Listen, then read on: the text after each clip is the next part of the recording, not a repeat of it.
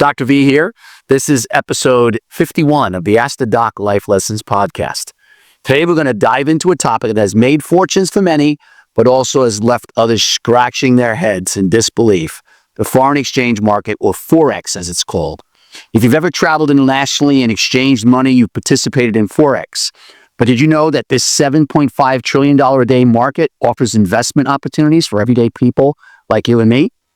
In this episode, I'm going to break down for you what the foreign exchange market is, its history, the top 10 most valuable currencies against the US dollar, and how to make money in forex. Also, why diversification is crucial, and then give you some resources to consider to help you get started. Let's jump right into it. So what the heck is the foreign exchange market? The foreign exchange market is a decentralized global marketplace where currencies are traded. It operates 24 hours a day, 5 days a week across major financial centers in London, New York, Tokyo, and Sydney, Australia. Unlike stock markets, forex doesn't have a physical exchange. Transactions happen electronically. Traders and investors participate in forex for various reasons. Some for speculation, others for hedging their risk, and multinational businesses for managing currency fluctuations if they do business abroad. Let's talk a little bit about the brief history of the forex market. The forex market as we know it today has evolved over centuries. Before paper goods, people traded goods and commodities directly. There was a lot of bartering going on. The gold standard, which was established in the 19th century, pegged currencies to gold, ensuring stability but limiting flexibility.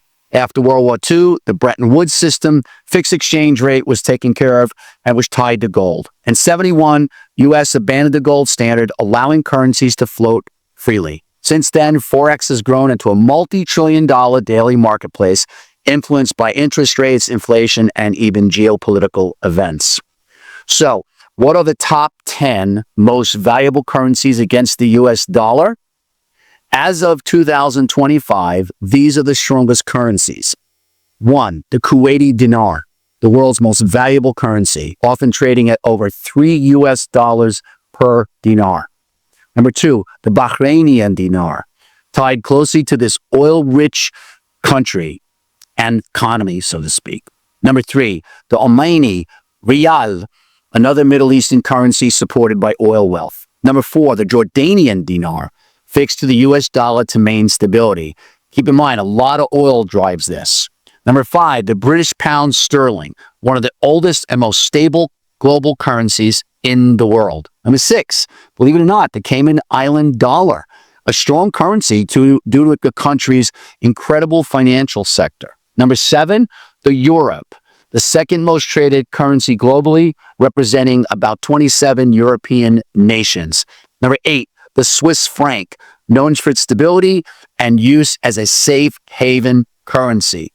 Number 9, finally, the US dollar, the world's primary reserve currency, influencing global trade.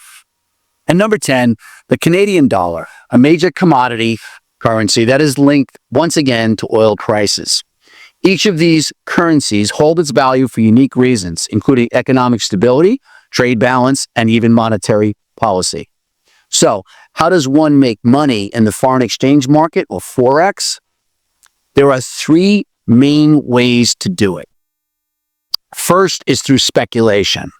Traders buy and sell currencies based on price movements. If you believe the euro, as an example, will strengthen against the dollar, you buy euros and sell dollars.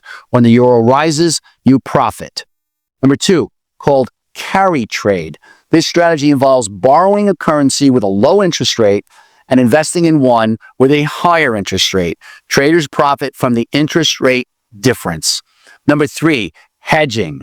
Many businesses and investors use forex to protect against currency fluctuations.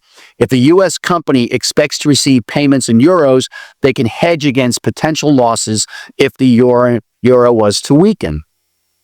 Okay, let me tell you flat out that forex trading comes with risks. Unlike stocks, where you can only lose what you invest, forex leverage allows traders to control very large positions with small amounts of capital, increasing potential gains, but also increasing losses.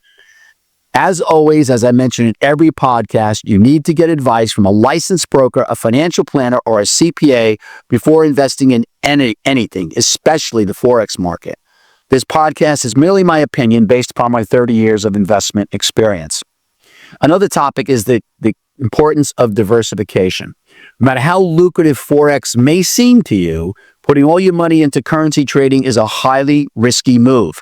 Diversification is key to managing risk. Consider combining forex with other assets, like I do, stocks, bonds, real estate, to balance potential losses. I'm highly diversified. All my eggs are not in one basket.